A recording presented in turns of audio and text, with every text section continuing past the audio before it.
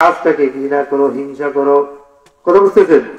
ওয়াযালিকা আদাফুল ঈমান, আর এই কাজটা হলো ঈমানের সর্বনিম্ন স্তর। কথা বুঝতেছেন? ঈমানের ক্লাসিফিকেশন আছে। আল্লাহ নবী হাদিসের মধ্যে ঈমানের 3টি ভাগ করে দিয়েছেন। প্রথম ভাগ হলো যে অন্যায় অশ্লীল পুরুষের নামে আমাদের দেশে বন্ডামি আছে না নাই, গান বাজনা আছে না নাই, ফিরাকি নামে বন্ডামি আছে না নাই, এগুলোকে বাধা দেওয়া ঈমানী দায়িত্ব। এগুলিকে বাধা দেওয়া কি ঈমানী দায়িত্ব। আর এগুলো যারা করে, এই কাজগুলো করার পরে আপনি যদি বাধা দেন, শক্তি দিয়ে বাধা দেন, তাহলে ফার্স্ট ক্লাস ইমানদার। আর যদি না পারেন মুখ দিয়ে তার সমালোচনা করেন, সেকেন্ড ক্লাস ইমানদার। আর যদি না পারেন আপনি অন্তর দ্বারা ঘৃণা করেন, এটা হলো থার্ড ক্লাস ইমানদারের পরিচয়। যেরকম সুবহানাল্লাহ। তো যাই হোক, ইবাদত, আল্লাহর ইবাদত খালিস নিয়তে করতে হবে। খালিস নিয়তে ইবাদত করলে আল্লাহ তাআলা কবুল করে নেন। যেরকম সুবহানাল্লাহ। ইবাদতের মধ্যে সবচাইতে গুরুত্বপূর্ণ এবং রাসূল ইবাদা যেটা, সেটার নাম হলো কি? নামাজ। আওয়াজ দিয়ে বলেন কি? নামাজ। আল্লাহর নবী বিশ্ব নবী মুহাম্মদুর রাসূলুল্লাহ সাল্লাল্লাহু আলাইহি ওয়া আলিহি ওয়াসাল্লাম এত অসুস্থ, দাঁড়াতে পারেন না। আল্লাহ নবী এত অসুস্থ হতে পারেন না। আল্লাহ নবী মুহাম্মদুর রাসূলুল্লাহ সাল্লাল্লাহু আলাইহি ওয়া আলিহি ওয়াসাল্লাম এত অসুস্থ, কথা পর্যন্ত বলতে পারেন না। সাহাবায়ে কেরাম রিদওয়ানুল্লাহি তাআলা আজমাইন, সাহাবায়ে কেরামের কাঁধের উপরে ভর করে মসজিদে গিয়ে দাঁড়ায়া দাঁড়ায়া নামাজ আদায় করেছেন। যেরকম সুবহানাল্লাহ। ও মুসলমান, আল্লাহ নবীর কোনো গুনাহ ছিল না। আল্লাহ নবী নামাজের মধ্যে লেগেছেন, নামাজের মধ্যে লাগার পরে সেজদার মধ্যে চলে গিয়েছেন। সেজদার মধ্যে চলে যাওয়ার পরে আল্লাহ নবী মুহাম্মদুর রাসূলুল্লাহ সাল্লাল্লাহু আলাইহি ওয়াসাল্লাম এত লম্বা সেজদা দেন, আল্লাহ নবী এতটুকু নাড়াচাড়া করেন না। যেরকম সুবহানাল্লাহ। আম্মা আয়েশা সিদ্দিকা রাদিয়াল্লাহু তাআলা আনহা তিনি বলেন, আমি মনে করেছিলাম আল্লাহ নবী বোধহয় এই দুনিয়ার জমিন ছেড়ে, আল্লাহ নবী বোধহয় শেষ হয়ে গেছেন, সেজদারত অবস্থায় আল্লাহ নবী এই দুনিয়া ছেড়ে চলে গেছেন। আমি মনে মনে ভাবলাম আল্লাহ নবী দুনিয়া ছেড়ে চলে গেছেন। আমি আল্লাহ নবীর কদম মুবারকের মধ্যে চিমটি কাটলাম, পায়ের মধ্যে চিমটি দিলাম। আল্লাহ নবী নাড়াচাড়া করলেন। আল্লাহ নবী নাড়াচাড়া করার পরে আমি বুঝলাম আল্লাহ নবী এখনো পৃথিবীতে বেঁচে আছেন। জুড়ে কোন সুবহানাল্লাহ। আরো জুড়ে বলেন সুবহানাল্লাহ। হাজিরিনে কেরাম, আম্মা আয়েশা সিদ্দিকা রাদিয়াল্লাহু তাআলা আনহা বলেন, ইয়া রাসূলুল্লাহ, ইয়া হাবিবাল্লাহ, ও প্রাণের নবীজি গো, আপনার তো কোনো গুনাহ নাই, আপনি নিষ্পাপ। কুল্লু আম্বিয়া মাসুমুন, প্রত্যেক নবীগণ মাসুম, নবীদের কোনো গুনাহ নাই। আল্লাহ নবী, আপনার তো কোনো গুনাহ নাই, আপনি এত নামাজ পড়েন, আল্লাহকে এত সেজদা দেন।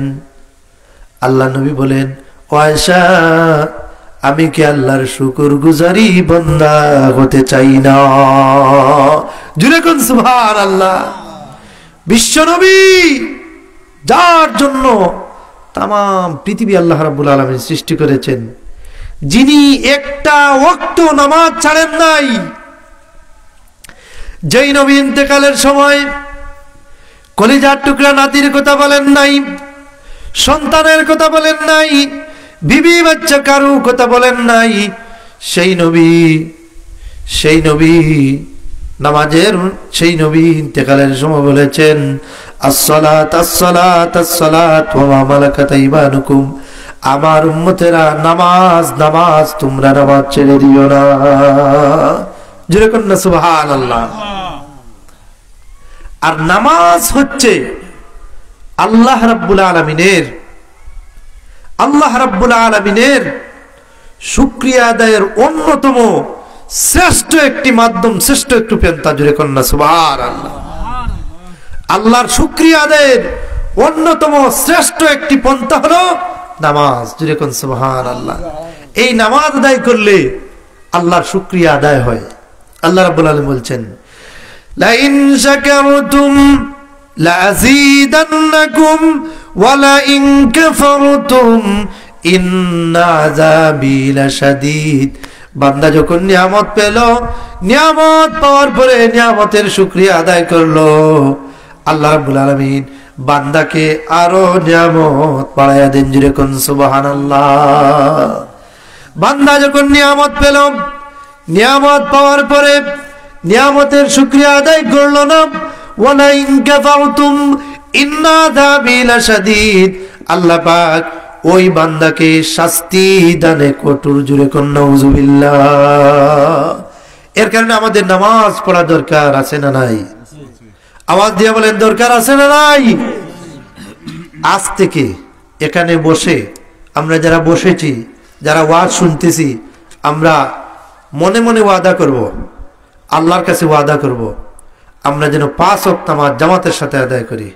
আমরা সকলে বলে আল্লাহুম্মা আমিন। হাজিরিনে কেরাম, যার নামাজ নাই তার কিচ্ছু নাই। মান তারাকাস সালাতা মুতাআম্মিদান ফাকাদ কাফার, যে নামাজ ছেড়ে দিল সে কুফরি করলো। ইচ্ছাকৃত নামাজ ছেড়ে দেওয়া কুফরি। আমরা নামাজটা পড়ি না। আরে মুসলমান,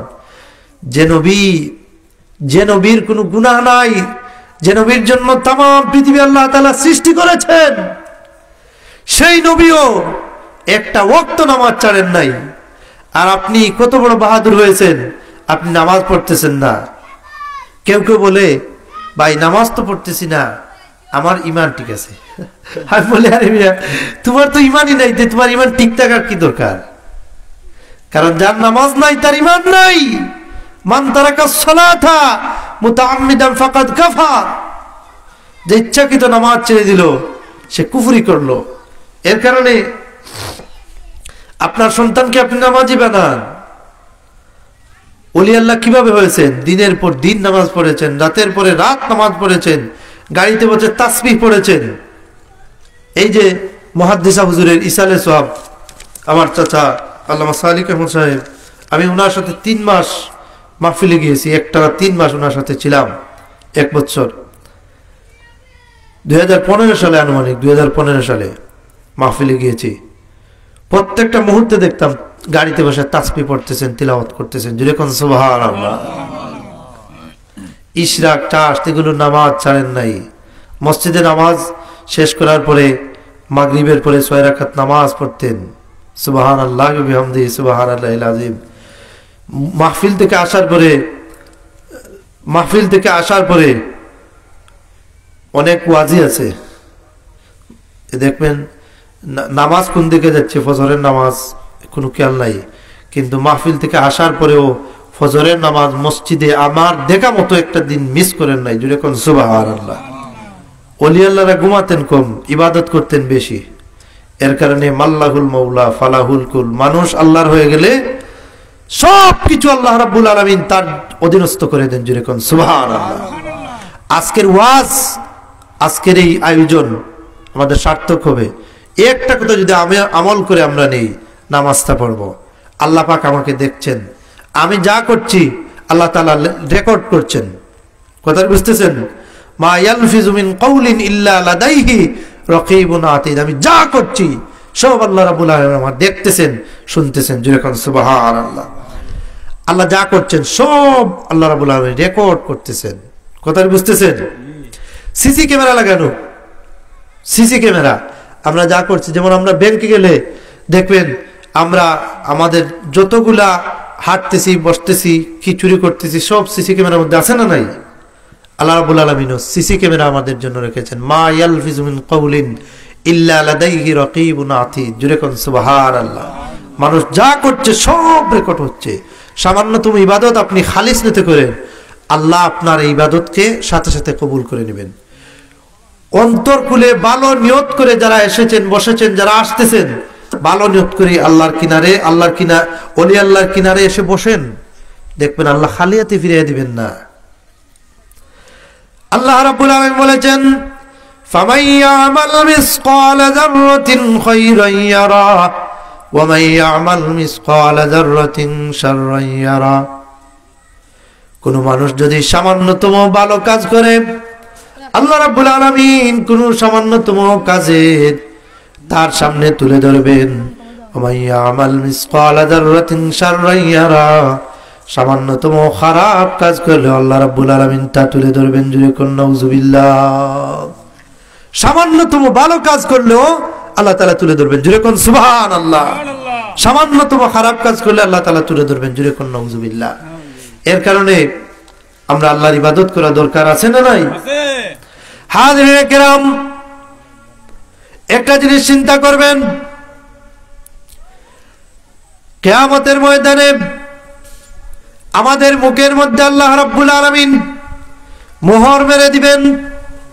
আল-ইয়াওমা নাখতিমু আলা আফওয়াহিহিম ওয়া তুকাল্লিমুনা আইদিহিম ওয়া তাশহাদু আরজুলুহুম বিমা কানু ইয়াকসিবুন। কিয়ামতের ময়দানে কথা বলার মতো কোনো শক্তি থাকবে না। কথা বুঝতেছেন? কথা বলার মতো কোনো শক্তি থাকবে না। আল-ইয়াওমা নাখতিমু আলা আফওয়াহিহিম, আল্লাহ তাআলা মুখের মধ্যে মোহর মেরে দিবেন। আরে এই মুখের কারণে কত মানুষকে আমরা কষ্ট দেই, এই মুখ দিয়া কত মানুষকে অত্যাচার করি, এই মুখের কারণে কত মানুষের সংসার ভাঙি, এই মুখের কারণে কত মানুষের ক্ষতি করি। কিয়ামতের ময়দানে এই মুখকে আল্লাহ তাআলা মোহর মারবেন। আল-ইয়াওমা নাখতিমু আলা আফওয়াহিহিম, মুখের মধ্যে মোহর মেরে দিবেন, শিল মেরে দিবেন, কথা বলার মতো কোনো শক্তি থাকবে না। আল-ইয়াওমা নাখতিমু আলা আফওয়াহিহিম ওয়া তুকাল্লিমুনা আইদিহিম, হাত কথা বলবে। এই যে মুরব্বিরা একটা কথা বলেন না, যে মানুষের গায়ের রুমা মানুষের আপন নয়, এরকম একটা কথা আছে না নাই? কথাটা কোরআনের কথা, কোরআনটা হাদিসের কথা। আল-ইয়াওমা নাখতিমু আলা আফওয়াহিহিম ওয়া তুকাল্লিমুনা আইদিহিম, হাত কথা বলবে। এই হাত দিয়া কতটুকু সুদ নিয়েছেন, কতটুকু ঘুষ নিয়েছেন, এই হাত দিয়া আপনি কতটুকু হারাম জিনিস স্পর্শ করেছেন, এই হাত দিয়া কতটুকু অন্যায় করেছেন, কতটুকু মানুষের এই উড়ি ক্ষেতের মধ্যে হাত দিয়েছেন, মানুষের মূলা ক্ষেতের মধ্যে হাত দিয়েছেন, এই হাত দিয়া কার কদু চুরি করেছেন, কার টমেটো চুরি করেছেন। আপনার বিপক্ষে কিয়ামতের দিন সাক্ষী দিবে। আমার কথা নয়, হাদিসও নয়, সরাসরি কোরআনের মধ্যে এসেছে। আল-ইয়াওমা নাখতিমু আলা আফওয়াহিহিম ওয়া তুকাল্লিমুনা আইদিহিম ওয়া তাশহাদু আরজুলুহুম, আপনার পাও, উভয় পাও আপনার পক্ষে অথবা বিপক্ষে সাক্ষী দিবে। যদি কোরআনের মাজলিসে আসেন, ইসালে সওয়াব মাহফিলে আসেন, কিয়ামতের দিন এই পা আল্লাহর কাছে বলবে, আল্লাহ আপনার এই বান্দাকে জাহান্নামের দিকে দিও না। জোরে কোন সুবহানাল্লাহ। আল্লাহ আপনার বান্দার এই পাকে জাহান্নামের দিকে দিও না। রব্বুল আলামিন আপনার এই বান্দার পা মসজিদের দিকে গিয়েছে, মাদ্রাসার দিকে দিয়ে গিয়েছে, কোরআনের মাহফিলের দিকে এসেছে। আপনার বান্দার পা ওলি আল্লাহদের দিকে গিয়েছে, ওলি আল্লাহর মাজারে, মকবুল ওলি আল্লাহর মাজারে গিয়ে জিয়ারত করেছে। আপনার এই বান্দা আমাকে নিয়ে ভালো ভালো কাজ করেছে, দুনিয়াবি ভালো ভালো কাজ করেছে। আল্লাহ আপনার এই বান্দাকে জাহান্নামের দিকে দিও না, আপনার এই বান্দার পাকে জাহান্নামের মধ্যে জ্বালাইও না। জুড়ে কোন সুবহানাল্লাহ। কথা বুঝতেছেন? এই কারণে দুনিয়া মুসাফির খানা, কই আগের ঠিকানা হয়, কই পিচ্ছে রুয়ানা। হযরত মুফতি শাহ হুজুর রাহমাতুল্লাহ আলাইহি বুরকি এই শেরটি খুব বেশি বেশি করে পড়তেন, বেশিরভাগ ওয়াজে এই শেরটি পড়তেন। দুনিয়া মুসাফির খানা, কই আগে রুয়ানা হয়, কই পিচ্ছে রুয়ানা। কেউ আগে গেছেন, কেউ চলে যাবেন। দুনিয়াতে আসার সিরিয়াল আছে না নাই? কেউ অন্তত 1 মিনিট আগে পরে মানুষ দুনিয়াতে আসে, কিন্তু যাওয়ার কোনো সিরিয়াল নাই। এর কারণে কবরের চিন্তা করতে হবে, হাসরের চিন্তা করতে হবে। এই গ্রামের অনেক মানুষ ছিলেন, আজ দুনিয়ার মধ্যে নাই। কথা বলেন ঠিক কিনা? হাজিরিনে কেরাম, এর কারণে দুনিয়া আসার পরে আমাদের কানের মধ্যে আজান দেওয়া হয়েছে, হয় নাই। ডান কানের মধ্যে আজান দেওয়া হয়েছে, বাম কানের মধ্যে কামত দেওয়া হয়েছে। কথা বলেন ঠিক কিনা? এখন তো আর আজান বেশিরভাগ লাগে না, হসপিটালের মধ্যে বাচ্চা হয়ে যায়, দিয়া দেয় না, এটি করবেন না। আজান যদি আপনি না দেন, মারাত্মক একটা ভুল কাজ করলেন। আপনি বাচ্চার কানে আজান দিবেন, আজান দেওয়ার মানে হলো ওই বাচ্চাকে কোনো জিন ভূত পেত আশ্রয় করতে পারে না। একজন মুসলমান হিসেবে যে পৃথিবীতে আসছে, আসার পরেই তার কানের মধ্যে আজান দেওয়া হলো, এক কানের মধ্যে কামত দেওয়া হলো, তার মানে তার জীবনটা আল্লাহু আকবার দিয়ে শুরু হলো। জোরে কোন সুবহানাল্লাহ। হাজিরিনে কেরাম, দুনিয়া আসার পরে কানের মধ্যে আজান দেওয়া হয়েছে, আর শুধুমাত্র নামাজটার অপেক্ষায় আমরা আছি। কিয়ামতের একটা দিন হবে প্রায় 60 বছর। যেরকম সুবহানাল্লাহ, 60 বছর, প্রায় 60,000 বছর। কিয়ামতের একটা দিনের হিসাব করলে আমরা যে জিনিস পাই, দুনিয়াতে আমরা যদি 60 বছর বাঁচি, তাহলে মাত্র কিয়ামতের 2 দিন বাঁচলাম। সুবহানাল্লাহ। এই দুইটা দিন মানে কিয়ামতের একটা দিন সমান দুনিয়ার মাত্র দুনিয়ার 60 বছর। কথা বুঝতেছেন? দুনিয়ার 60 বছর। এই দুইটা দিনের জন্য কত হাঙ্গামা, কত মারামারি, কে ক্ষমতায় বসবে, কে ক্ষমতা থেকে নামবে, কত বাহাদুরি, কে কাকে মারবে, কে কাকে হিংসা বিদ্বেষ করে নিচে নামায় দিবে, এই চিন্তা আছে না নাই? বোঝা গেল? নাই, আছে না নাই? এই আমরা চিন্তায় মগ্ন। এর কারণে হাসরের চিন্তা করতে হবে, কবরের চিন্তা করতে হবে। দুনিয়ায় এসেছি, আবার দুনিয়ার থেকে চলে যাব। কবে হায়াত শেষ হয়ে যাবে বলা যায় না, কবে আমাদের হায়াত চলে যাবে বলা যায় না। এই যে কিছুদিন আগে আমাদের গ্রামের একজন মানুষ, 10-12 দিন বা 15 দিন আগে হয়তো কথা বলেছি, জনাব জিল্লুল হক চাচা। ইনি দুনিয়ায় ছিলেন।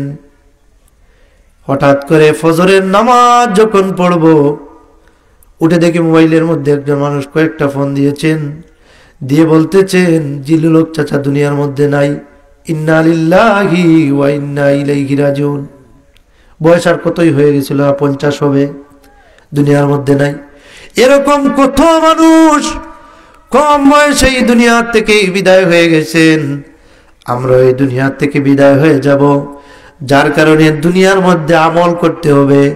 দুনিয়ার মধ্যে যদি আমল করেন, আল্লাহ রাব্বুল আলামিন আপনার কবরটাকে শান্তিময় করে দিবেন, হাসরটাকে শান্তিময় করে দিবেন। যেরকম সুবহানাল্লাহ। যে কথাটি বলতেছিলাম, আল্লাহ তা'বুদু ইল্লা ইয়া, ইবাদত করতে হবে একমাত্র আল্লাহ। আর রাসুল ইবাদত যেটা, সেটা হলো নামাজ। সেটার নাম কি? নামাজ। আপনি যখন নামাজের মধ্যে দাঁড়ালেন, তখন আপনি আল্লাহর গোলাম, আসামি হয়ে দাঁড়িয়ে গেলেন। যেরকম না সুবহানাল্লাহ, আসামি হয়ে আপনি দাঁড়িয়ে গেলেন। তখন আপনি এইভাবে হাত বাঁধেন কি বাঁধেন না? আচ্ছা, এই যে আমাদেরকে পুলিশ যদি কোনো মানুষ আসামি থাকে, আসামিকে ধরলে কিভাবে নেয়? হাতের মধ্যে হ্যান্ডকাপ লাগাইয়া নেয়। কথা বলেন ঠিক কিনা? মানে আপনি একজন আসামি, আপনি দুনিয়ারই আসামি। কিন্তু আপনি যখন আল্লাহর সামনে দাঁড়ালেন, আপনি হাত বাঁধলেন, আপনি একজন আল্লাহর আসামি। দুনিয়ায় আপনি হাঁটতে, বসতে, খেতে, ঘুমাতে গুনার কাজ করেছেন, আপনি আল্লাহর দরবারে দাঁড়িয়েছেন। আসামির মাথা উপরে থাকে না নিচে থাকে? আমরা যখন নামাজে দাঁড়াই, মাথা কোথায় থাকে? নিচে থাকে। আমার আল্লাহ আমাকে দেখছেন, আমার আল্লাহ আমার কথা শুনছেন। যেরকম সুবহানাল্লাহ। বান্দা যখন দাঁড়ায় গেল, যখন আলহামদুলিল্লাহ বলল, আল্লাহ বলেন হামিদানি আব্দি, বান্দা যখন আয়াত পড়ল আল্লাহ বলেন মাজ্জাদানি আব্দি, হামিদানি আব্দি, বান্দা আমার প্রশংসা করছে, আমার প্রশংসা করছে, যেরকম সুবহানাল্লাহ। বান্দা যখন নামাজের মধ্যে সূরা ফাতিহা তিলাওয়াত করে, আল্লাহ এবং বান্দার মধ্যে কোনো পর্দা থাকে না, আল্লাহ এবং বান্দার মধ্যে সরাসরি মোহব্বতের কানেকশন পয়দা হয়ে যায়, সরাসরি আল্লাহর সাথে কানেকশন হয়ে যায়। নবী মেরাজে গিয়েছেন, দুনিয়া থেকে কোটি কোটি হাজার হাজার মাইল পেরিয়ে 70,000 নূরের পর্দা ভেদ করে আল্লাহর সাথে দেখা করেছেন। বর্তমান মাস হলো মেরাজের মাস, আর আমাদের মেরাজটা দুনিয়ায় থাকতে, যেরকম সুবহানাল্লাহ। আসসালাতু মিরাজুল মুমিনিন, মুমিনদের মেরাজ কি? নামাজ। মুমিনদের মেরাজ কি? নামাজ। নামাজ নামাজ উম্মতের নামাজ ছেড়ে দিও না। ওয়াকাদা রাব্বুকা আল্লা তা'বুদু ইল্লা ইয়্যাহু ওয়া বিল ওয়ালিদাইনি ইহসানা, ইবাদত করতে হবে একমাত্র আল্লাহর, গোলামি করতে হবে আল্লাহর, জিকির করতে হবে কার? আল্লাহর, নামাজ পড়তে হবে কার? আল্লাহ। আপনি যখন নামাজের মধ্যে দাঁড়ায় গেলেন, নামাজের মধ্যে দাঁড়ানোর পরে আপনি যখন তাকাবেন তখন আপনি সেজদার দিকে তাকাতে হবে, আর অন্তরের মধ্যে এই জিনিসটা রাখতে হবে যে আমার নামাজ আমার আল্লাহ রাব্বুল আলামিন দেখছেন, আর আমি আমার আল্লাহ রাব্বুল আলামিনকে দেখতেছি, যেরকম সুবহানাল্লাহ। এই ওয়াজগুলো তো আমাদের পছন্দ লাগে না, কথা বলেন ঠিক কিনা? 50-60 হাজার 1 লাখ 2 লাখ টাকা দিয়ে বন্ড নিয়ে আইসা নাচানাচি করলে এগুলো আমাদের ওয়াজ, কথা বলেন ঠিক কিনা? আবার বন্ডকে বন্ড বললেও কিছু কিছু কিছু বন্ডদের গায়ে লাগে, এরকম আছে না নাই? বন্ডকে বন্ড কিয়ামত পর্যন্ত আমরা বলবো, কথা বলেন ঠিক কিনা? আর যারা আল্লাহর ওলি, যারা আল্লাহর মকবুল বান্দা, তাদেরকে আমরা কিয়ামত পর্যন্ত বুকে টেনে নিব, কথা বলেন ঠিক কিনা? এর কারণে আপনি বন্ডামি করবেন, আমরা বন্ডামি বলবো না।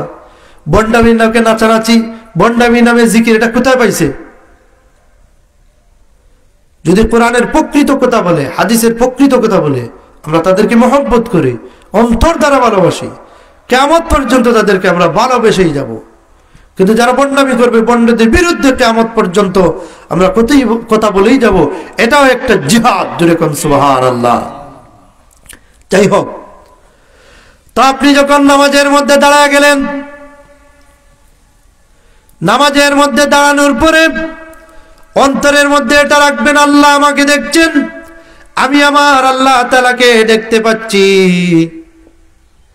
এই নিয়তে যদি আপনি নামাজ পড়েন, বেশি দিন যাবে না, আপনি আল্লাহর ওলি হতে দেরি হবে না, যেরকম সুবহানাল্লাহ।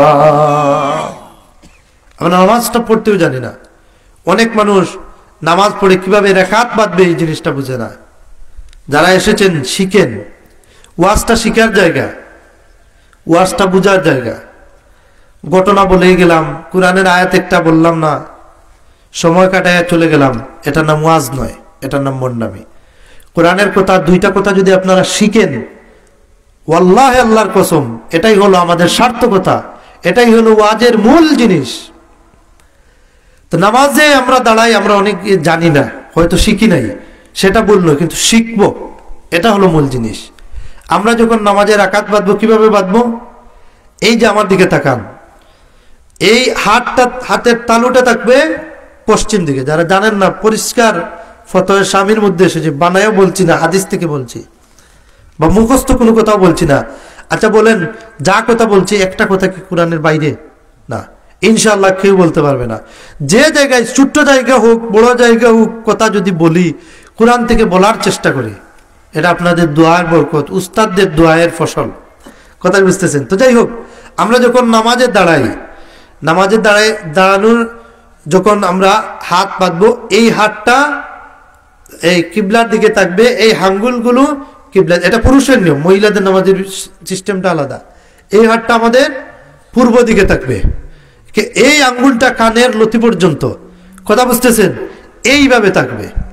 আর যখন আপনি হাত বাঁধবেন, হাতটি এইভাবে, এই যে 2 আঙ্গুল আছে না, এইভাবে হাতের কবজায় বেঁধে এই 3 আঙ্গুল হাতের উপরে থেকে আপনারা নাভির নিচে হাতটা বাঁধবেন।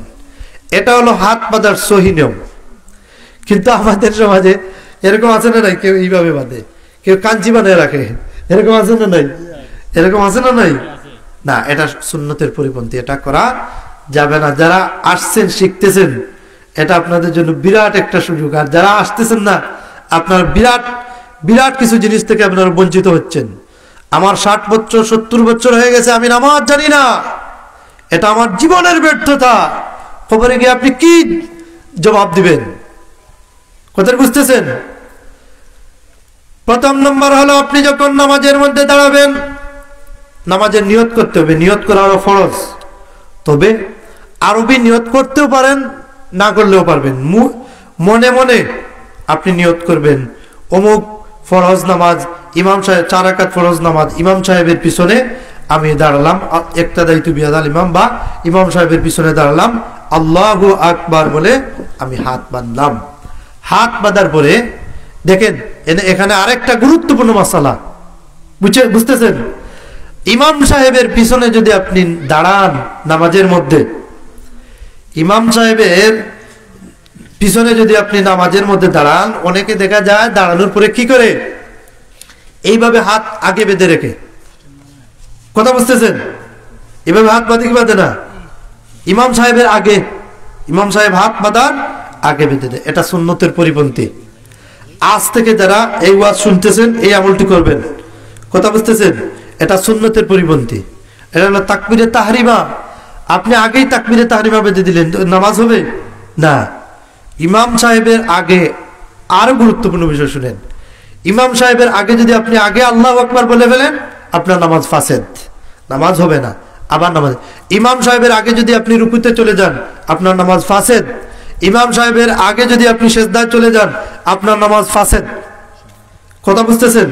এই জিনিসগুলো শুনেন, বুঝার বিষয়। যারা ছোট বাচ্চারা এসেছেন, যারা মুরব্বী সাহেবরা এসেছেন, শুনেন, বিষয়গুলো গুরুত্বপূর্ণ আমাদের জন্য। কথা বলেন ঠিক কিনা? তো এই কাজ করা যাবে না। এরপরে কাতার সোজা করা ওয়াজিব। এটি আপনি যদি ওয়াজিব আপনি তরক করেন, বা ওয়াজিব যদি আপনি ভঙ্গ করেন, তাহলে আপনি গুনাহগার হবেন। কথা বুঝতেছেন? কাতার সোজা করবেন, কাতার পিছনের দিকে আপনার মুড়া যদি রেখে দেন, তাহলে আপনার কাতার সোজা হয়ে গেল। তো যাই হোক, যে কথাটি বলতে চাই, আপনি নামাজের মধ্যে দাঁড়িয়ে গেলেন, আল্লাহু আকবার বলে তাকবীরে তাহরিমা বেঁধে আপনি সিজদার জায়গার দিকে তাকাবেন, আপনার মাথা নিচু হয়ে গেল, আপনি আল্লাহর কাছে আপনার মাথাটাকে নিচু করে দিলেন। জুরে কোন সুবহানাল্লাহ। আল্লাহর বান্দা হয়ে গেলেন। আপনি যখন আলহামদুলিল্লাহি রাব্বিল আলামিন বললেন, আল্লাহ তাআলা বললেন, হামিদানি আব্দি, আমার বান্দা আমার প্রশংসা করছে। চিৎকার দিয়ে বলেন সুবহানাল্লাহ। ভাইরা আমার,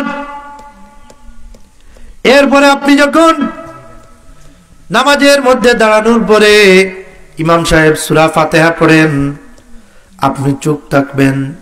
ইমাম সাহেব যখন গায়রিল মাগদুবি আলাইহিম ওয়ালাদ-দাল্লিন পড়বেন, আপনি আস্তে করে বলবেন আমিন। যেরকম সুবহানাল্লাহ। আমাদের দেশে এখন একদল বের হয়েছে, মসজিদের মধ্যে আক্তা বলে ওঠে আমিন আমিন। বিশেষ করে যারা বিদেশে যান, বিদেশ থেকে আইসা বড় আলিম হয়ে যায়। আমরা 17 বছর কোরআন হাদিস পড়ে, কোরআন হাদিস কোনো স্টাডি করতেছি, আমরা মাসলা জানি না। আমাদেরকে আইসা বুঝাইতে আসে যে আমিন এইভাবে বলতে হবে, সেইভাবে বলতে হবে, এইভাবে রাফিয়া দেন। এগুলো বন্ডামি, এগুলো বন্ডামি, এগুলো করবেন না। এগুলো আহলে হাদিস ইসলাম মাযহাবি বের হয়েছে। যারা মোবাইল ব্যবহার করেন, মোবাইলের ওয়াজ শুনে, ইউটিউবের ওয়াজ শুনে পাগল হবেন না। এর আকীদা ঠিক আছে কিনা, এ বন্ড কিনা, এ প্রকৃতপক্ষে আল্লাহর ওলি কিনা, প্রকৃতপক্ষে মুমিন বান্দা কিনা, প্রকৃতপক্ষে কোরআনের উপরে আমল আছে কিনা, এটা যাচাই করে তারপরে ফাল দিবেন। এই যে লাইট আছে না, সাদা লাইট, ছোটবেলা আমরা দেখলাম 1.5 লাইট জ্বালাই ওয়াজ হতো। আমাদের বাড়িতে তো ছোটবেলার থেকে ওয়াজ হতো। এই এলাকায় শুধুমাত্র আমাদের বাড়িতে ওয়াজ হতো, কাজে বাড়িতে, বুরকি মাদ্রাসায়, আর একটা ওয়াজ সত্তর মাদ্রাসায় হতো। এখন তো ওয়াজের কোনো অভাব নাই, বেআমলের অভাব নাই, বেআমল ওয়াজের অভাব নাই। কথা বলেন ঠিক কিনা? তো লাইট দেখলে দেখবেন ফরিং এসে দৌড়ে একটার মধ্যে এসে মরে। কথা বলেন ঠিক কিনা? সাদা লাইট দেখলে এই হাওরের যা ইয়া আছে, ফরিং আছে, মরে। কথা বুঝতেছেন? সে বলতেছে আল্লাহ নবীর মুখের মধ্যে দুর্গন্ধ ছিল। জুড়ে কন্যা নাউজুবিল্লাহ। নাম বলবো আহলে হাদিস, লামাযহাবি, রাজ্জাক বিন ইউসুফ, কুখ্যাত কুফর, এটাকে আমরা ফতোয়া দেই। জুড়ে কন্যা নাউজুবিল্লাহ। সে শুধু তাই নয়, সে বলছে সরাসরি, আমি নিজ কানে, আল্লাহর কসম নিজ কান দিয়ে শুনতেছি, ওলি আল্লাহর কিনারে বলতেছি। সে বলতেছে যে কিয়ামতের ময়দানে আল্লাহর নবী ফেল ফেল করে তাকিয়ে থাকবেন, নিজের গুনাহ হবে, নিজের গুনার পাল্লা বাড়ি হবে না, তাকে আল্লাহ নবীকে আল্লাহ তাআলা মাফ করে দিবেন কিনা, এই ভেবে আল্লাহ নবী ফেল ফেল করে তাকাবেন। জুরে কোন নাউজুবিল্লাহ। আচ্ছা, নবীজির কোনো গুনাহ আছে? কেউ যদি এই বিশ্বাস করে সে ইমানদার থাকতে পারবে? সরাসরি কাফের হয়ে যাবে। নবীজির গুনাহ আছে, সে নবীজিকে গুনাহ। কিন্তু আপনারা রাজ্জাক বিন ইউসুফ সার্চ মারবেন ইউটিউবে, তারও লক্ষ লক্ষ কোটি কোটি ফ্যান ফলোয়ার আছে। চিন্তা করতেছেন?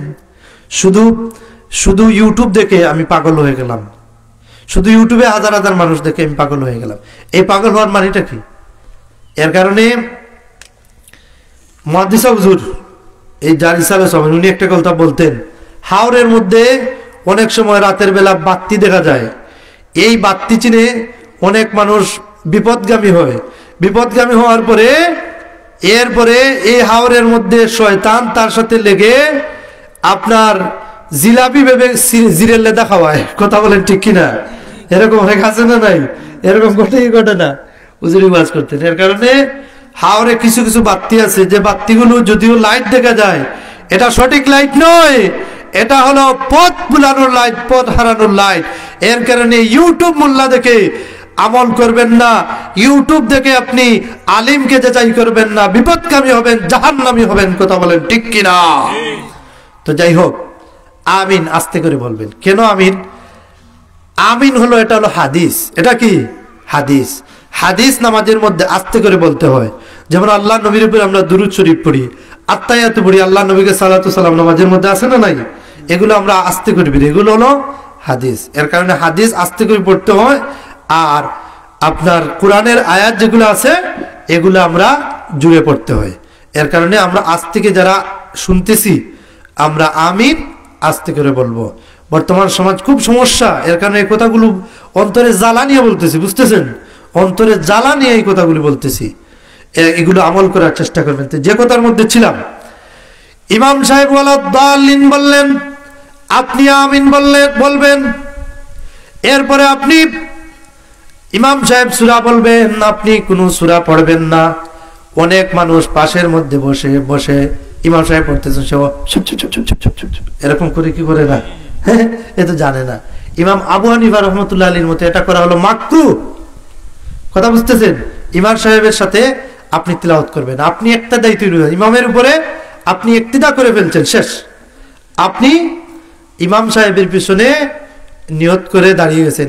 শুধুমাত্র আপনি যখন রুকুতে যাবেন, রুকুতে যাওয়ার পরে আপনি আপনার যে তাসবিহটা আছে, এই তাসবিহটা আপনি পড়বেন, সুবহানা রব্বিয়াল আযীম, সুবহানা রব্বিয়াল আযীম। যেরকম না সুবহানাল্লাহ, আল্লাহ মহান, আল্লাহর মহানত্বের কোনো শেষ নাই, আল্লাহর বড়ত্বের কোনো শেষ নাই। যেরকম সুবহানাল্লাহ, সুবহানা রব্বিয়াল আযীম বলে ইমাম সাহেব যখন সামিআল্লাহু লিমান হামিদা বললেন, আপনি বলবেন রব্বানা লাকাল হামদ। যেরকম সুবহানাল্লাহ। আরেকটা আপনি বাড়ায়া বলতে পারেন, রব্বানা লাকাল হামদ হামদান তাইয়িবান মুবারাকান ফীহি। যেরকম সুবহানাল্লাহ। নবীজি সাহাবায়ে কেরামকে নিয়ে নামাজ আদায় করছেন। নামাজ আদায় করার পরে আল্লাহ নবী মুহাম্মদুর রাসূলুল্লাহ সাল্লাল্লাহু আলাইহি ওয়া আলিহি ওয়াসাল্লাম আমার দিকে সবাই তাকান, খুবই গুরুত্বপূর্ণ কথা, আল্লাহর ওয়াস্তে আমার দিকে তাকান, কেউ পাতার অন্যদিকে তাকাবেন না। আল্লাহ নবী এই আমল যদি করেন আপনি বিশাল উপকার হবেন। আল্লাহ নবী মুহাম্মদুর রাসূলুল্লাহ সাল্লাল্লাহু আলাইহি ওয়া আলিহি ওয়াসাল্লাম নামাজ পড়ছেন, সাহাবায়ে কেরাম পিছনে নামাজ পড়ছেন। নামাজ পড়ার পরে আল্লাহ নবী সামি আল্লাহু লিমান হামিদা বললেন, সাহাবায়ে কেরাম বললেন রব্বানা লাকাল হামদ। আল্লাহ নবীর একজন সাহাবী বললেন হামদান কাসীরান তাইয়িবান মুবারাকান ফীহি। নবীজি নামাজ শেষ করলেন। নামাজ শেষ করার পরে সাহাবায়ে কেরামকে জিজ্ঞেস করলেন, ও আমার প্রিয় সাহাবায়ে কেরাম, নামাজের মধ্যে এই কথাগুলি কে বলেছো? কোন সাহাবায়ে কেরাম কথা বলেন না। একজন সাহাবী বয়ে বয়ে বললেন, ইয়া রাসূলুল্লাহ, এই কথাগুলি অতিরিক্ত, এই কথাগুলি আমি বলেছি। আল্লাহ নবী বলেন, আমার প্রিয় সাহাবায়ে কেরাম, আমি নবী, তুমি নবী না। আমি যা জানি তুমি তা জানো না, আমি যা দেখতে পাই তুমি তা দেখতে পাও না। তুমি যখন এই কথাগুলি বলেছিলে, আল্লাহর রহমতের ফেরেশতারা আল্লাহ রাব্বুল আলামিন এত খুশি তোমার উপরে হয়েছেন যে তুমি এই কথাগুলি বলার পরে আল্লাহর রহমতের ফেরেশতা তোমার নাম আমলের মধ্যে কে কতটুকু নেকি লিখবে প্রতিযোগিতা শুরু করে দিয়েছিল। জুড়ে বলেন আল্লাহু আকবার, সুবহানাল্লাহি ওয়া বিহামদিহি, সুবহানাল্লাহিল আযীম। কি বলছি?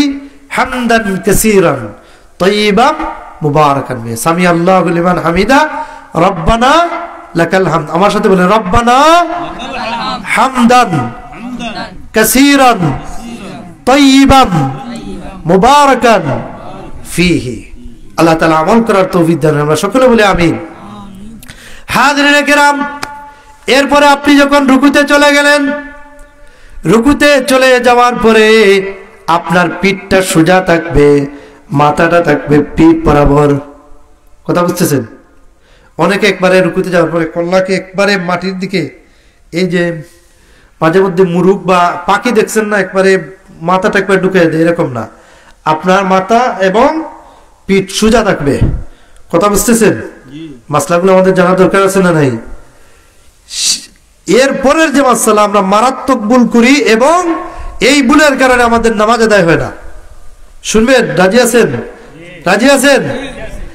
আমরা যখন নামাজে সামি আল্লাহু লিমান হামিদা বলি, হামিদা বলার পরে আমরা সোজা হয়ে না দাঁড়ায়া আবার সেজদার মধ্যে চলে যাই।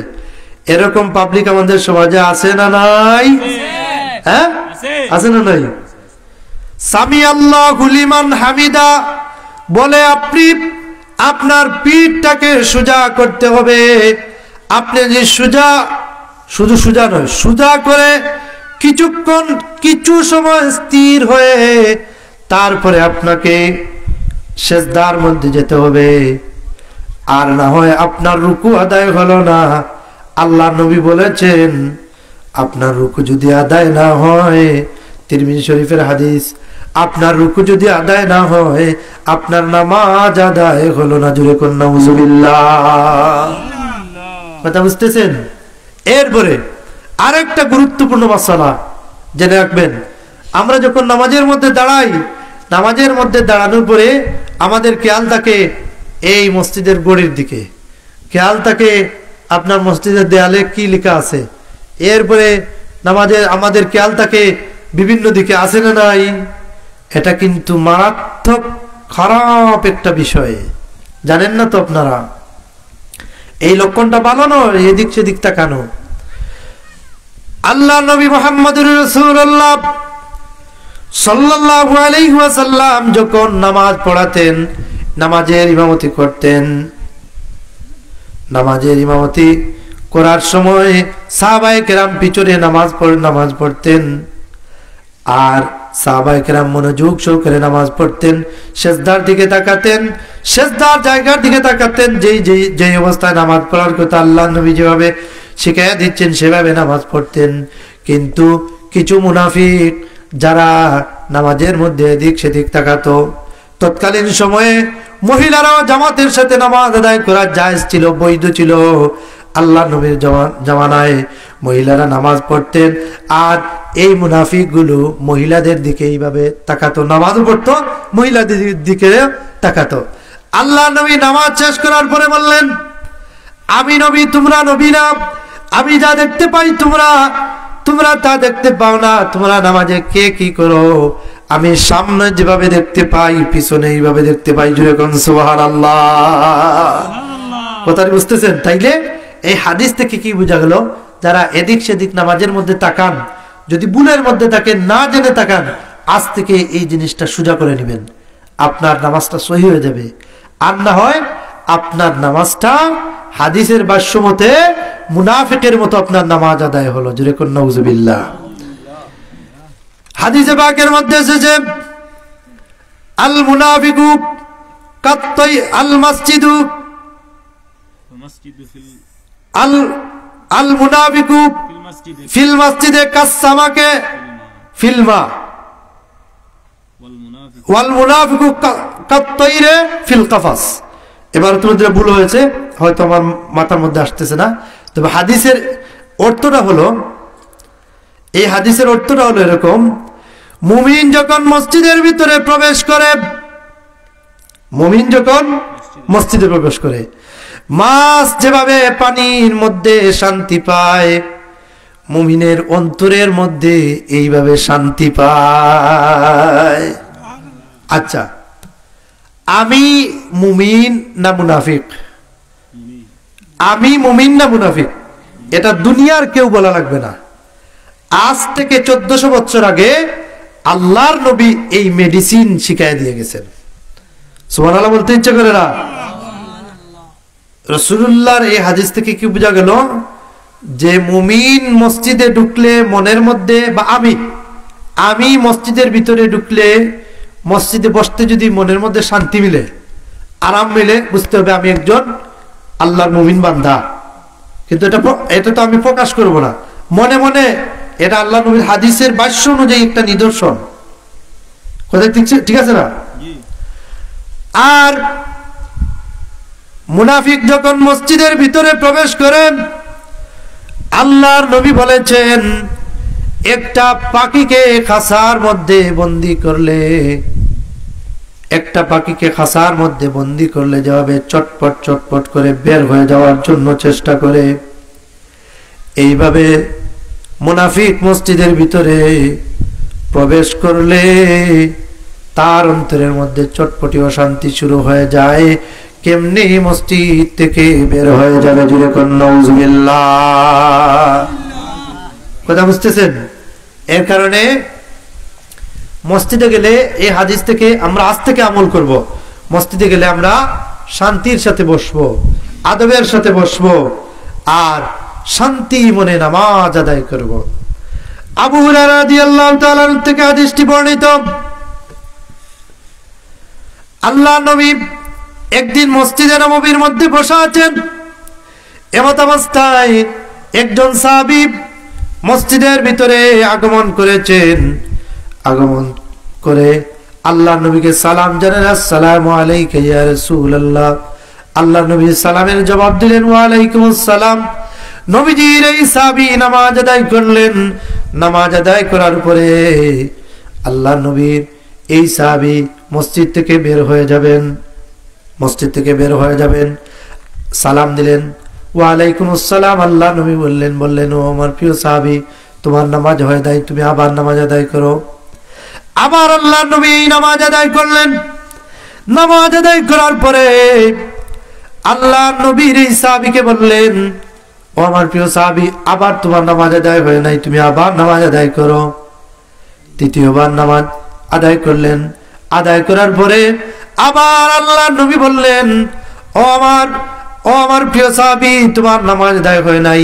এবার আল্লাহ নবীর সাহাবী বললেন, ইয়া রাসূলুল্লাহ, ইয়া হাবিবাল্লাহ, আল্লাহর কসম করে বলছি, যার হাতে আমার প্রাণ, সে আল্লাহর কসম করে বলছি, সে আল্লাহর কসম করে বলছি, আমি এর চাইতে সুন্দর করে নামাজ আদায় করতে পারি না। আপনি আমাকে সুন্দর করে নামাজের পদ্ধতি শিখাইয়া দাও। জুরে কোন সুবহানাল্লাহ। আচ্ছা বলেন তো, এরকম কোন মানুষ যদি বর্তমানে নামাজ আদায় করতো, আর আমি যদি বলতাম বা যে কোনো মানুষ বলতো যে তোর নামাজও নাই, কবে মোল্লা বেটা তোর নামাজ তুই পড়, আমি যাইলাম ফিরে বাবা বাড়িতে, কথাটা ঠিক না ঠিক না চা বল, কবে মোল্লা বেটা তোর নামাজ তুই পড়, আমি তোর নামাজও নাই রে বাবা, 3 বার নামাজ পড়েছি আর ডোটা করে নি, দরকার ইমাম সাহেবের ইমামতি ছুটে দিব, এরকম আছে না নাই? আমাদের সমাজে যদি কিছু মানুষ আছে আজান দে, মসজিদে আজান দেন, যদি ইমাম সাহেব বলেন যে মুরব্বী চাচা আপনার তো আজানটা শুদ্ধ হয় নাই, 5 দিন তো একবারে লাগিয়েছে ইমাম সাহেবের লগে, কথা ঠিক না যা বল, হ্যাঁ ও আদু তো কাইব ইমাম সাহেব যদি এবার গোবিন্দ যান কি হলো কিতা গোবিন্দ কিতা তার হল বাড়ি পড়তে বাড়ি গোবিন্দ, এরকম আছে না নাই? ইমাম সাহেব আর ঘুমাইতো না, ইমাম সাহেব ঘুমাইলে কিতা জানি, ও খালি বেটায় ঘুমায়, মসজিদও খায় আর 12 মাস ঘুমায়, 18 মাসে বরস, কথা ঠিক না নিসা বল। শুনেন, ইমাম সাহেবের সাথে মহব্বত ঠিক রাখবেন। একটা কথা খুব মনোযোগ দিয়ে শুনবেন, যত মানুষ ইমাম সাহেবের সাথে সুন্দর সম্পর্ক রাখে অত মানুষের বাচ্চা কাচ্চা আল্লাহ তাআলা মানুষ বানায়। যেরকম সুবহানাল্লাহ, আল্লাহর কসম করে বলছি এই বাচ্চা কাচ্চা কোনোদিন মা বাপকে শর্মিন্দা করে না, দুনিয়াতে করে না, আখিরাতেও করবে না ইনশাআল্লাহ। আর যত মানুষ ইমাম সাহেবের পিছনে কুসায়, ইমাম সাহেবের পিছনে আঙ্গুল দেয়, এই মানুষের বাচ্চা কাচ্চা তাকে দুনিয়ার মধ্যে শর্মিন্দা করে, আখিরাতের মধ্যে শর্মিন্দা করে। সুতরাং সাবধান হয়ে যান, কবরের মধ্যে আল্লাহ জায়গা দিবে না, দুনিয়াতের মধ্যে অপমান অপদস্থ হয়ে মৃত্যুবরণ করবে। আপনার সন্তান আপনাকে সম্মান দিবে না, কেউ আপনাকে সম্মান দিবে না। হ্যাঁ, মানুষ হিসেবে ইমাম সাহেবের ভুল থাকতে পারে, মানুষ, ইমাম সাহেব একজন মানুষ, মুয়াজ্জিন সাহেব একজন মানুষ। ইমাম সাহেবকে আপনি সুন্দর করে আদবের সাথে বলতে হবে, তারপরে জাড়ি মেরে কথা বলতে পারবে না, এই অধিকার আপনাকে দেওয়া হয় নাই। কথা বলেন ঠিক কিনা? আল্লাহ নবী ইমাম ছিলেন, কথা বুঝতেছেন? আল্লাহ নবী কোন সরকারের অধীনে চাকরি করেছেন? না, করেন নাই। একমাত্র গুরুত্বপূর্ণ রাষ্ট্র পরিচালনার পাশাপাশি যেই কাজটি আল্লাহ নবী করেছেন সেই কাজটি হলো ইমামতি। সাহাবায়ে কেরামকে নিয়ে ইমামতি করেছেন। এই মহান পেশাটাকে আমাদের মানুষ খুব অবহেলা করে দেখে। আরে মিয়া, কত মাদ্রাসার প্রিন্সিপাল দেখছি, কত সরকারি চাকরিজীবী দেখছি, 5 ওয়াক্তের মধ্যে 4 ওয়াক্ত নামাজ পড়ে না, 1 ওয়াক্ত কেউ কেউ পড়ে না, কেউ কেউ পড়ে, এরকম আছে না নাই? কিন্তু একজন ইমাম সাহেব চাকরির সুবাদেই হোক, যেই সুবাদেই হোক, উনি নামাজ 5 ওয়াক্ত পড়তেই হবে। শুধু পড়বেন না, তাকবীর উলার সাথে পড়তে হবে, শুধু নয় 5 ওয়াক্ত জামাতের সাথে পড়তেই হবে, বাধ্য। কথা বলেন ঠিক কিনা? যারা ইমাম সাহেবের মর্যাদা চিন্তা করে দেখবেন, যারা ইমাম সাহেব, তাদের মর্যাদা আল্লাহ রাব্বুল আলামিন কি দিয়েছেন জানেন?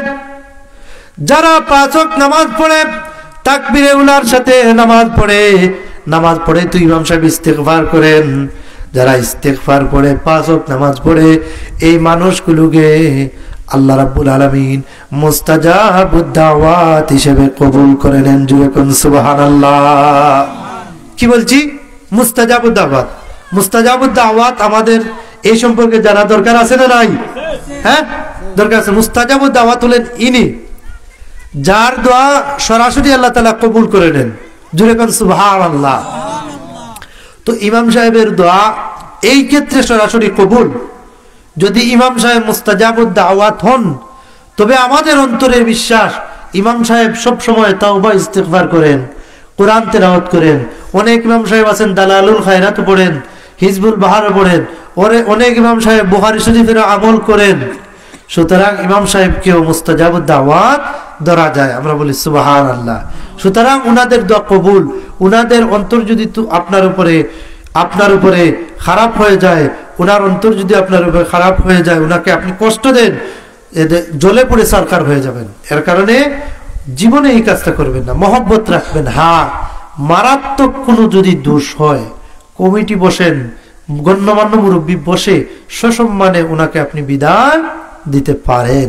অন্যথায় আপনি তাকে গালি দিতে পারেন না, বাদ ব্যবহার করতে পারেন না। এরপরে আমরা অনেক সময় আমাদের মসজিদের মুয়াজ্জিন কই, এরকম আমরা বলি না, এরকম বলবেন না।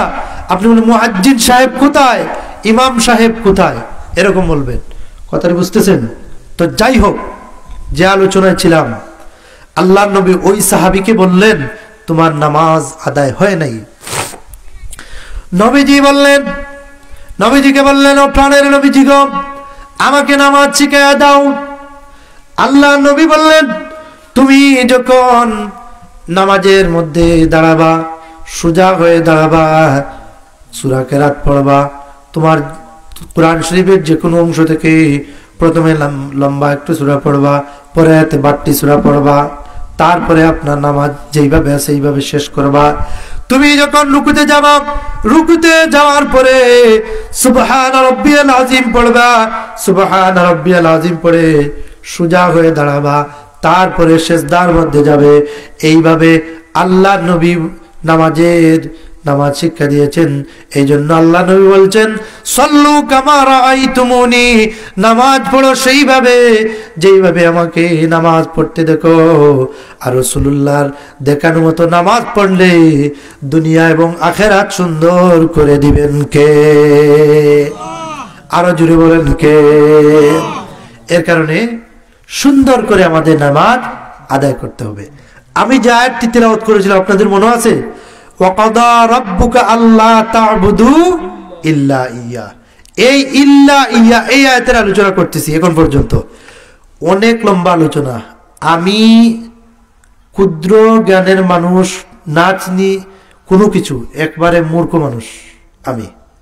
তারপরেও কোরআন শরীফের এই ছোট্ট আয়াতের এই আলোচনাগুলো করছি। এইভাবে যদি আমি সারা দিন ইনশাআল্লাহ আলোচনা করতে পারবো, এই আয়াতের আলোচনা শেষ হবে না। তো যাই হোক, নামাজ আমাদের পড়তে হবে, নামাজ আমাদের পড়তে হবে। আল্লাহ তা'বুদু ইল্লা ইয়া, ইবাদত করতে হবে একমাত্র আল্লাহ। নামাজ পড়তে হবে কার? আল্লাহ। এরপরে আল্লাহ কি বলছেন সংক্ষেপে আলোচনা করে আমি শেষ করে দেব, যেহেতু নামাজের টাইম চলে আসছে। ইম্মা ইয়াবলুগান্না ইনদাকাল ওয়া বিল ওয়ালিদাইনি ইহসানা। এই যে আয়াত পড়ছিলাম, আয়াতের এই অংশটুকু রয়ে গেছে। ওয়াকাদা রাব্বুকা আল্লা তা'বুদু ইল্লা ইয়্যাহু ওয়া বিল ওয়ালিদাইনি ইহসানা। আয়াতের প্রথম অংশের মধ্যে বললেন ইবাদত করতে হবে কার? আল্লাহ। বুঝেন নাই? ইবাদত করতে হবে কার? তারপরে আল্লাহ রাব্বুল আলামিন এত সুন্দর করে চমৎকার করে আল্লাহ তাআলা বলছেন ওয়া বিল ওয়ালিদাইনি ইহসানা, ওয়া বিল ওয়ালিদাইনি ইহসানা। খেদমত করতে হবে তোমাদের মা বাবার। জোরে কোন না সুবহানাল্লাহ। ওয়া বিল ওয়ালিদাইনি ইহসানা, সুবহানাল্লাহি ওয়া বিহামদিহি। আল্লাহ রাব্বুল আলামিন কোরআনের মধ্যে বিভিন্ন অধিকারের কথা সুন্দর করে ভেঙ্গে ভেঙ্গে টুকরো টুকরো করে উপস্থাপন করেছেন, কিন্তু একমাত্র মা বাবার কথা আল্লাহ রাব্বুল আলামিন যেইভাবে ভেঙ্গে ভেঙ্গে উপস্থাপন করেছেন, এইভাবে কারো অধিকারের কথা আল্লাহ রাব্বুল আলামিন ভেঙ্গে ভেঙ্গে উপস্থাপন করেন নাই। জোরে কোন সুবহানাল্লাহ। আল্লাহ নবীর একজন সাহাবী, নবীজিকে প্রশ্ন করা হলো ইয়া রাসূলুল্লাহ মান আহাক্কা বিহুসনি সাহাবাতি, ইয়া রাসূলুল্লাহ খেদমত করব কার? ক্বালা উম্মুকা, হুজুর বলেন তোমার মায়ের। ক্বালা সুম্মা মান, তারপরে কার? হুজুর বলেন তোমার মায়ের। তারপরে কার? হুজুর বলেন তোমার মায়ের। তারপরে কার? হুজুর বলেন তোমার পিতার। জুরে কোন সুবহানাল্লাহ। নবীজি বললেন হুয়া জান্নাতুকা ওয়া নারুকা।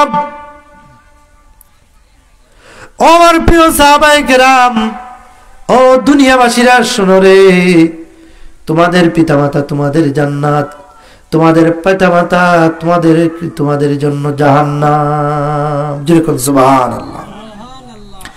অর্থাৎ পিতামাতার খেদমত করলে আপনি জান্নাতি, পিতামাতার সাথে নাফরমানি করলে আপনি জান্নাতি।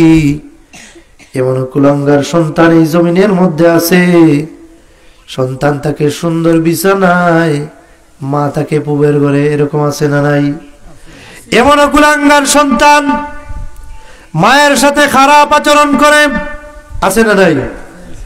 এ সন্তান জেনে রাখো, এ দুনিয়াবাসী জেনে রাখো, যার কানে আওয়াজ যাচ্ছে শুনে রাখো, মায়ের সাথে যদি খারাপ আচরণ করেন তাহলে দুনিয়া ধ্বংস হয়ে যাবে, আখিরাত ধ্বংস হয়ে যাবে, কলিমা পর্যন্ত নসিব হবে না, কলিমা পর্যন্ত নসিব হবে না, বেঈমান হয়ে এই দুনিয়া থেকে বিদায় নেবে। জুড়ে কোন নাউজুবিল্লাহ।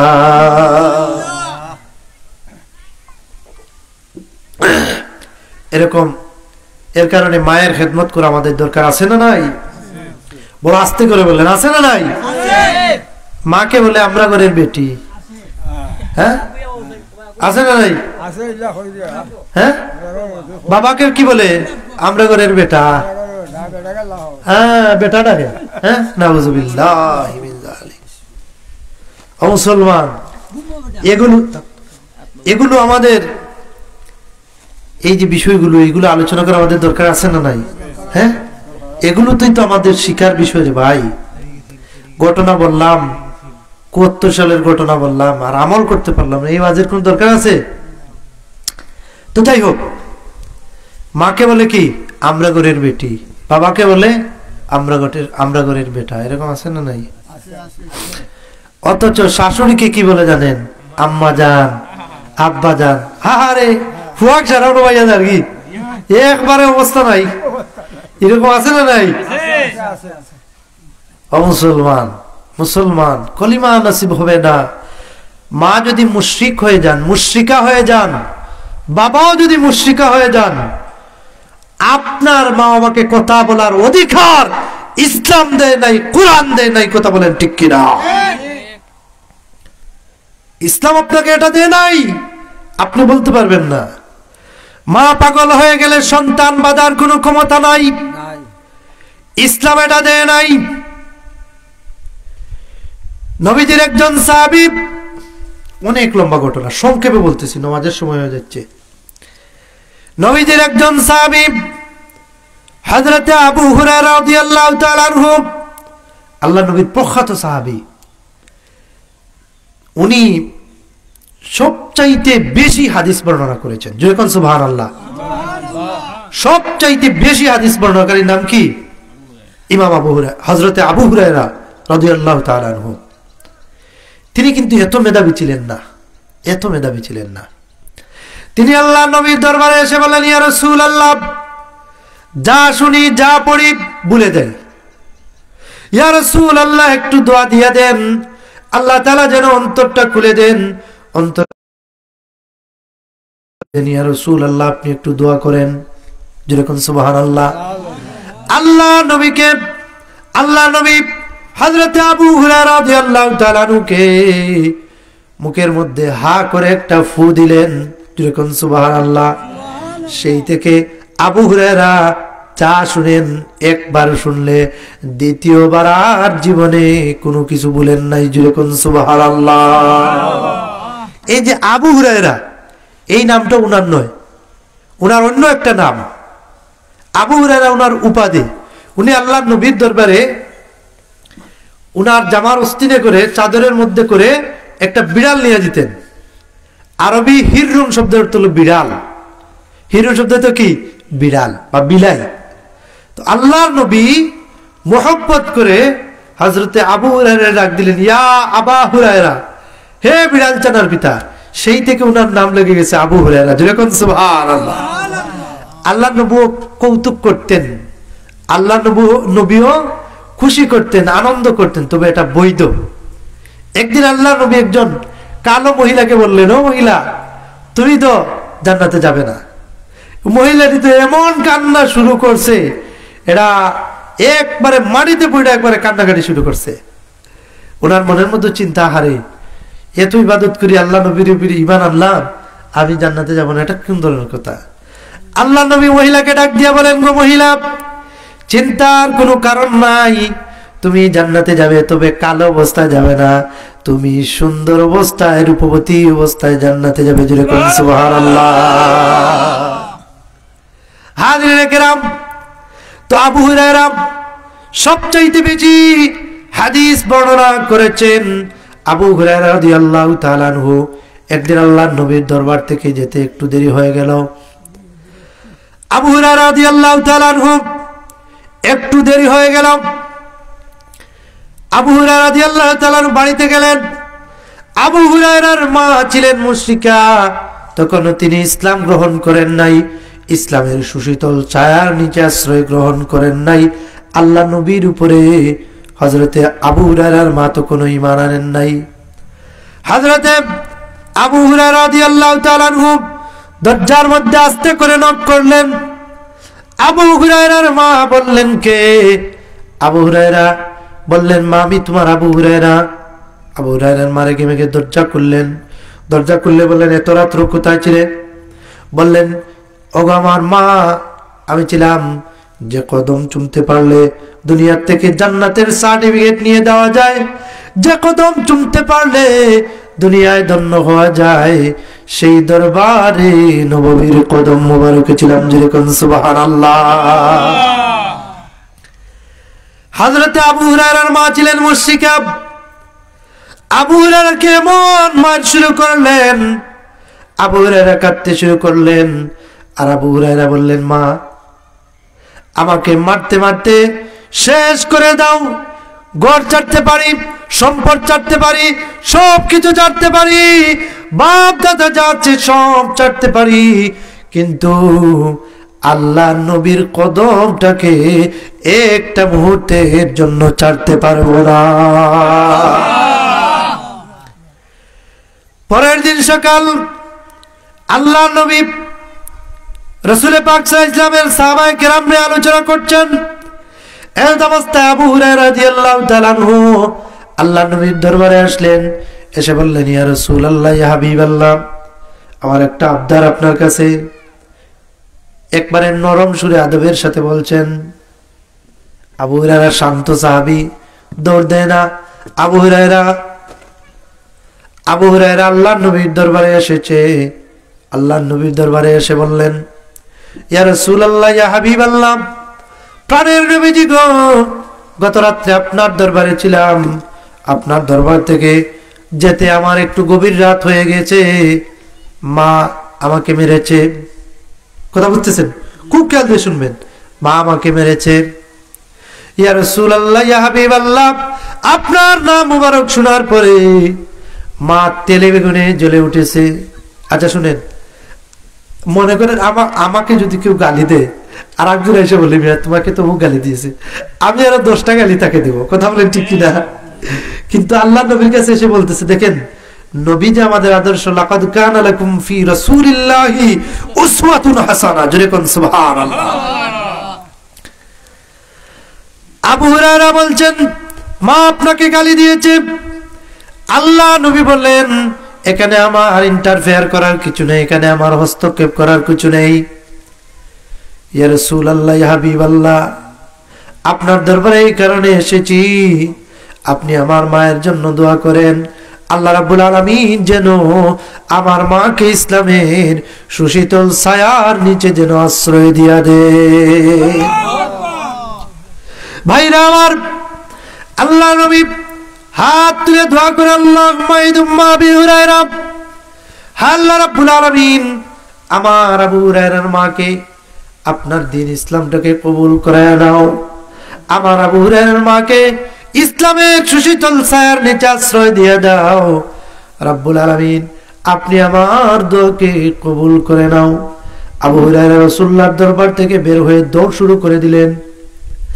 আল্লাহ নবীর একজন সাহাবী আবু হুরায়রার মায়ের, আবু হুরায়রার জামার অস্থিরের মধ্যে ধরেছেন, পাঞ্জাবির পেছনে ধরেছেন।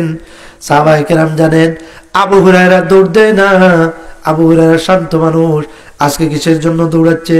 হয়তো এখানে কোনো কারণ আছে, কোনো কারণ ছাড়া তো আবু হুরায়রা এইভাবে দৌড় দেয় না। সুবহানাল্লাহ বলবেন না? হযরত আবু হুরায়রা বলেন, ভাইরা আমার, আমাকে ছেড়ে দাও, আমি বাড়িতে যেতে চাই, আমি বাড়িতে গিয়ে দেখতে চাই। আমি বাড়িতে আগে যেতে পারলাম না, আমি যাওয়ার আগে আমার আল্লাহর নবীর দোয়া আমার বাড়িতে পৌঁছে গেছে। আরো জোরে বলেন না সুবহানাল্লাহ। আবু হুরায়রা বাড়িতে গেলেন। বাড়িতে যাওয়ার পরে দরজার মধ্যে নক করলেন। আবু হুরায়রার মা, আগের যে কর্কশ শব্দ ছিল অক্ষে, এই শব্দ নয়, এখনকার শব্দটা হলো খেয়ে, তুমি খেয়ে এসেছো। বললেন, মা আমি তোমার আবু হুরায়রা এসেছি। হযরতে আবু হুরায়রার মা দরজা খুলে দিলেন, মাথার মধ্যে হাত বুলা দেন, কপালে চুমু খেলেন। চুমু খেয়ে বললেন, আবু হুরায়রা রে, আমি না বুঝে তোমাকে মেরেছি, প্রহার করেছি, বেত্রাঘাত করেছি রে আবু হুরায়রা। আবু হুরায়রা, আমি আল্লাহর কাছে ক্ষমা চাচ্ছি, আল্লাহ আমাকে জীবনের মতো মাফ করে দাও, আর দরবারে নবীর কদম মোবারকে নিয়ে যাও। আমি আল্লাহর নবীর কদম মোবারকে গিয়া ইসলামের সুশীতল ছায়ার নিচে আশ্রয় নিতে চাই।